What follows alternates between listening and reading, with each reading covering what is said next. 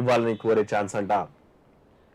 10 రోజుల ED custody ముగియనుండడంతో మంగళవారం 11 గంటలకు మరోసారి ఆమెను ఈడీ అధికారులు రౌజ్ ఎవెన్యూలో సిబిఐ స్పెషల్ కోర్టులో ప్రవేశపెట్టనున్నారు. కస్టడీని మరిన్ని రోజులు పొడిగించాలని కూడా కోరే అవకాశం ఉందంట. దాదాపు 10 రోజులైంది. చూస్తుంటేనే మనం అనుకుంటుంటే ఒక్క రోజులో వస్తా అన్నట్టు కూడా హ్యాపీ ఇట్లా విక్టరీ సింబల్ చూపించిపోయిండే కవితక్క. దాదాపు 10 రోజులు అయితే పెట్టినరంట, కస్టడీలో పెట్టి ఉందంట. ఈసారి మళ్ళోసారి కూడా కస్టడీ కోరే అవకాశం అయితే ఉందంట. ఇక కవిత మేనల్లుడు మేకర్ శ్రీచరణ్ పాత్ర సంబంధించినటువంటి 17 పేజీల అప్లికేషన్ కూడా దాఖలు చేశారంట. ఇదే టైంలో బెయిల్ పిటిషన్ ఆమె తరపు అడ్వకేట్ కోర్టుకు అందజేశారంట. ఈడీ కస్టడీ ముగియగానే ఈ పిటిషన్ పై వాదనలు చేపట్టాలని కోరారు. అయితే మరో 3 రోజుల కస్టడీ కోర్టు పొడిగించింది. మంగళవారం ఉదయం 11 గంటలలోపు తమ ముందు హాజరుపరచాలని అప్పుడే ఆదేశించింది. దీంతో కవితను కోర్టు ముందు హాజరుపరిచి కస్టడీ పొడిగించాలని ఈడీ అధికారులు కోరనున్నట్టు తెలుస్తుందంట.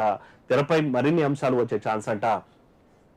కవిత కస్టడీలో పేర్కొన్న అంశాలతో పాటు ఆమె ఫోన్ నుంచి సేకరించిన వివరాలను బహిరంగపరచనున్నట్లు తెలిసిందంతా. వీటితో పాటు ఈ కేసుతో సంబంధం ఉన్న వాళ్ళను కూడా